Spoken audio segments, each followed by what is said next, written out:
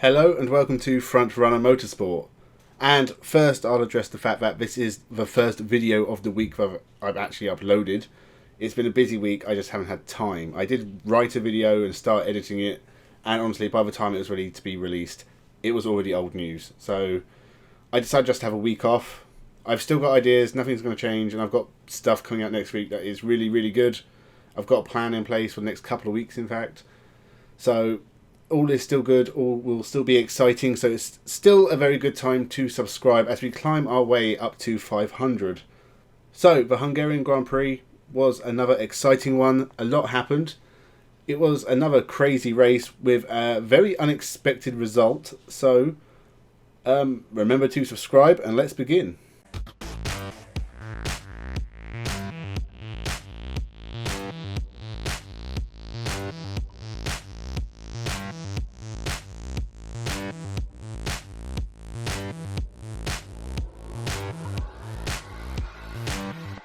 Welcome to Frontrunner Motorsport. If you said to me that Esteban Ocon was going to win this race, I'd have had you incarcerated as a madman, because since he returned, he's not really looked like he had the form he had when he left, when he lost his seat at Racing Point. Apart from that podium last year, he's been a bit average, and I actually thought he was in danger of losing his seat. But I don't know what happened at Hungary, whether he just happened to have murdered every single rabbit in Hungary, cut off their feet and filled his car with them, because all those cars that crashed and spun, they all cleared a path for him to get through, which is lucky in itself. He found himself in the lead of the race when Mercedes had their strategy cock up, and he never lost it. And he was very lucky that it was at Hungary. Overtaking is very difficult and Vettel couldn't really get close. Now, this was a great drive from Esteban Ocon. I'm not going to take anything away from that. But if the start didn't happen, he would have probably been around 8th or 9th.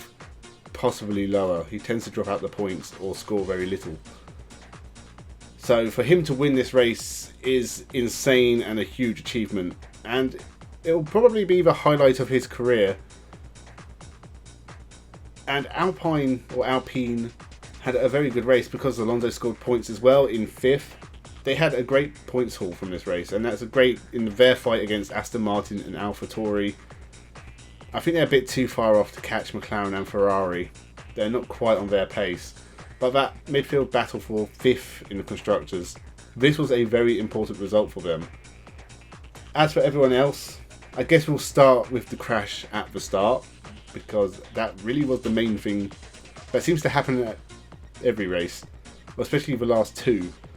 This time it was Bottas, and I can best describe it as Bottas bowling, because, or at least snooker, it might be better as snooker, because he potted Norris into Perez. No, Norris went into Verstappen, Bottas drove into Perez. Mercedes have taken the lead in the Drivers' and Constructors' Championships, largely because they've driven into other cars. It's an unusual strategy, but it seems to be working for them at the moment. Bottas has got a 5th-place grid drop for next race, as has Lance Stroll. Absolutely fair, that's fine. No big damage done, except to most of the cars on the grid. It did take out a lot of drivers for the race. We had a red flag again. 6 cars retired. Which is pretty impressive, and it's all because Bottas crashed into the back of Lando Norris. Lando Norris slammed into Verstappen, did huge damage to both their cars. Bottas crashed into Perez, took him out of the race, and meanwhile Lance Stroll dived up the inside of Leclerc, got on the grass, spun him round. I think Ricciardo got involved in that one. It was a crazy start. Now I know it's mostly caused by a greasy track which suddenly dried up afterwards. But this was still a big mistake from Bottas, who is looking to impress other teams because he's probably not going to be at Mercedes next year. He's meant to be impressing Alfa Romeo and Williams and the such. If I was either of those teams, I know you have the opportunity to get a 9-time race winner, someone who's finished second in the championship twice. But honestly, based especially on this year, What do you get from Valtteri Bottas you don't get from Kimi Räikkönen? You know, their performances are obviously hugely different, but Alfa Romeo are a long way behind Mercedes, obviously.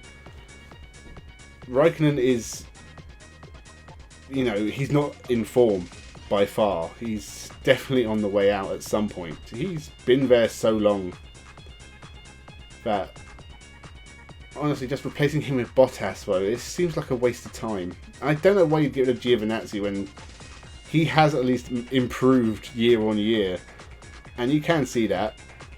So get Bottas and Raikkonen at Alfa Romeo is the most deadwood team imaginable.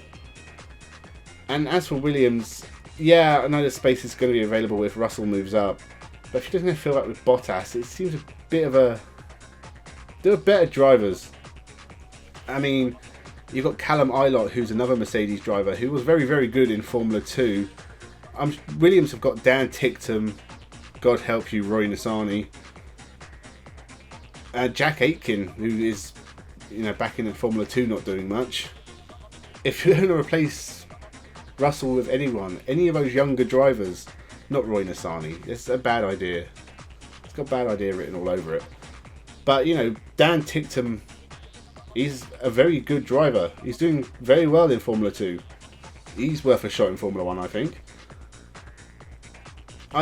Bottas, to me, he should hold himself up, be proud, don't go to a lower end Formula 1 team, especially when you have the World Endurance Championship with manufacturers jumping onto the hypercar projects, and you have Ferrari and Porsche joining the grid soon, Peugeot as well, probably others, bike holes apparently.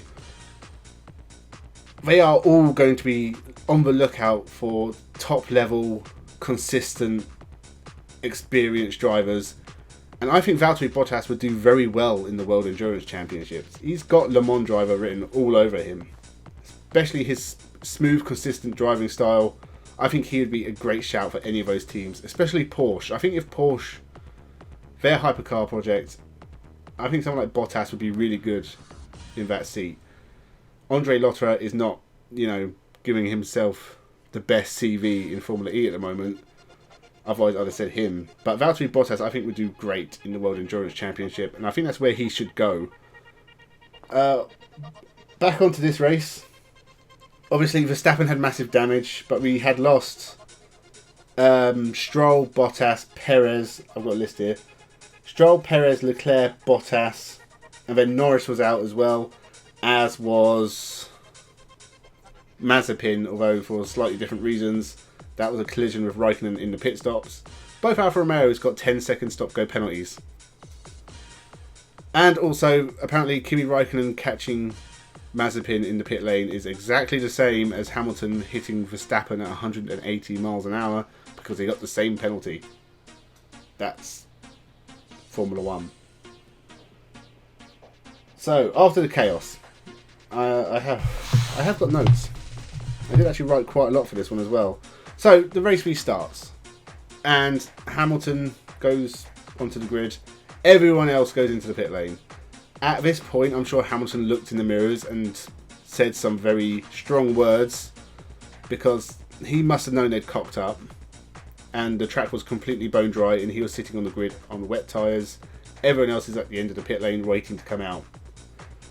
So, it looked like George Russell was going to lead the race. He had to give the places up because he jumped the queue. It meant Esteban Ocon was leading the race with Sebastian Vettel behind him. Hamilton dropped to the back. He was only a couple of places behind Verstappen, who was badly damaged. He had a great battle with Mick Schumacher, and as he said, not bad for someone with half a car. That was the highlight of Verstappen's race.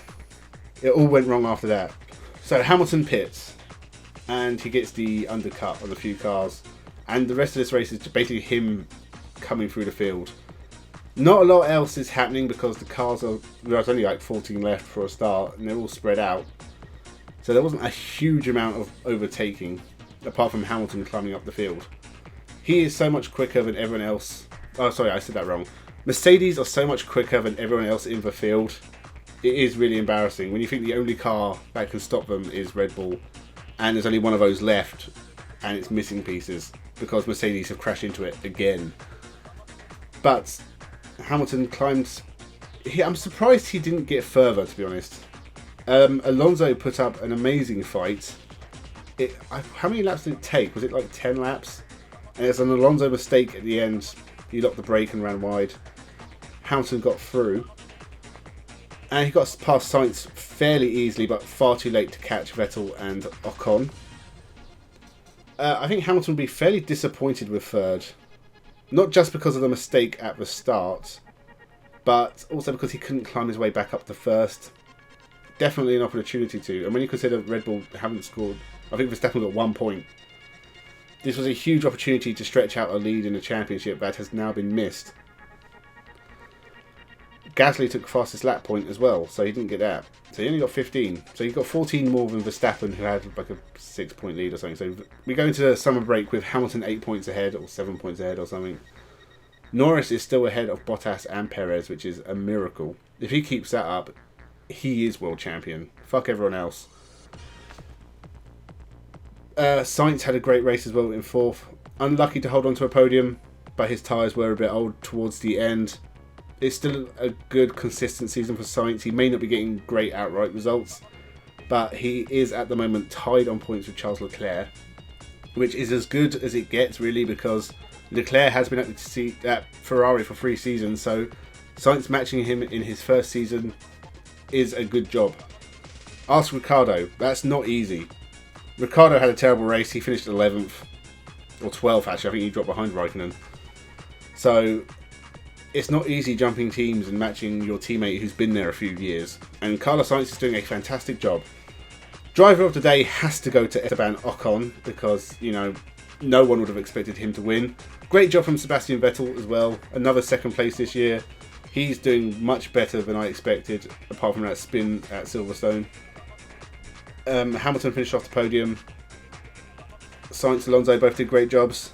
AlphaTauri did a fantastic job as well because Gasly and Tsunoda both scored points for 6th and 7th.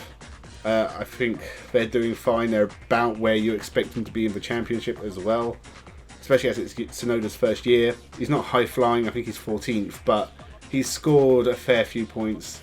He's doing fine for where he should be, really. The other biggest story of the day was Williams, who managed to finish 8th and 9th.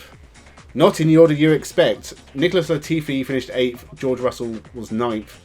There was a great radio message from George Russell midway through the race where he said, you know, whatever it takes, we'll do whatever we can to help Latifi.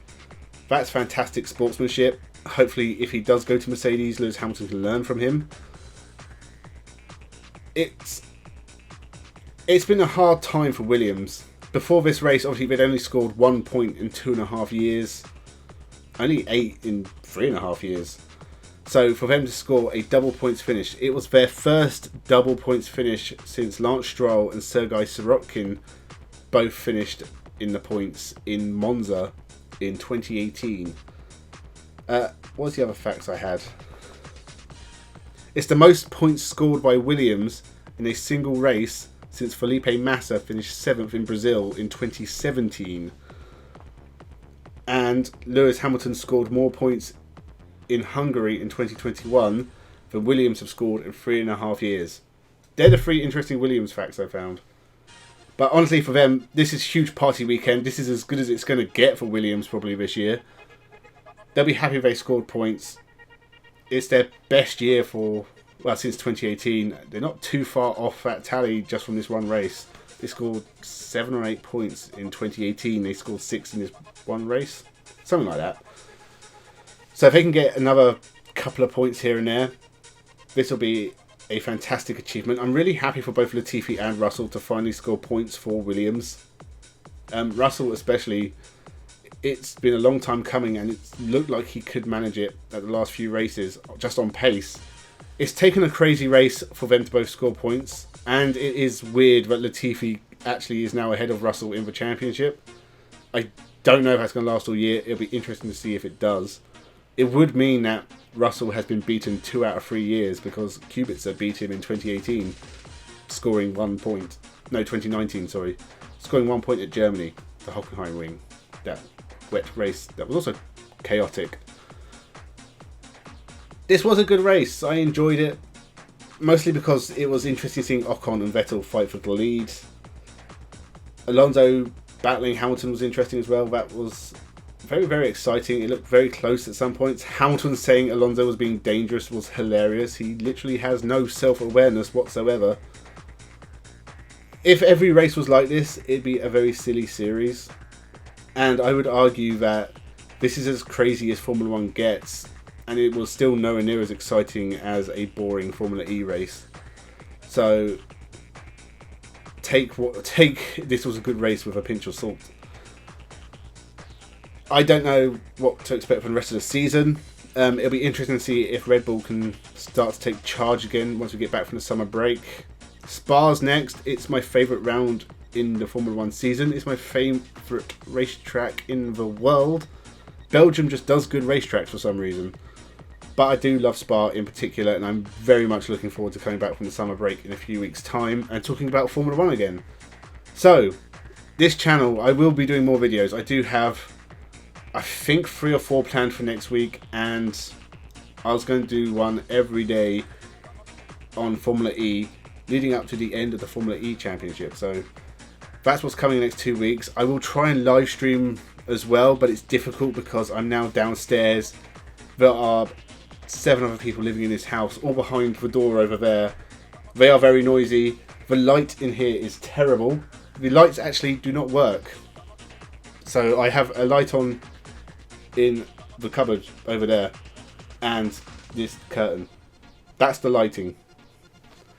So yeah, live streaming depends heavily on what everyone else is doing and time. Time is also my biggest enemy generally because obviously I work and have a family, so I have plans. I am going to get stuff done. This was an unproductive week, but just consider it. I was taking a quick break and I'll be back full musto next week. So make sure you subscribe. Thank you for watching. Leave your comments down below. Tell me what you thought of the Hungarian Grand Prix of 2021. Thank you for watching and have a good one.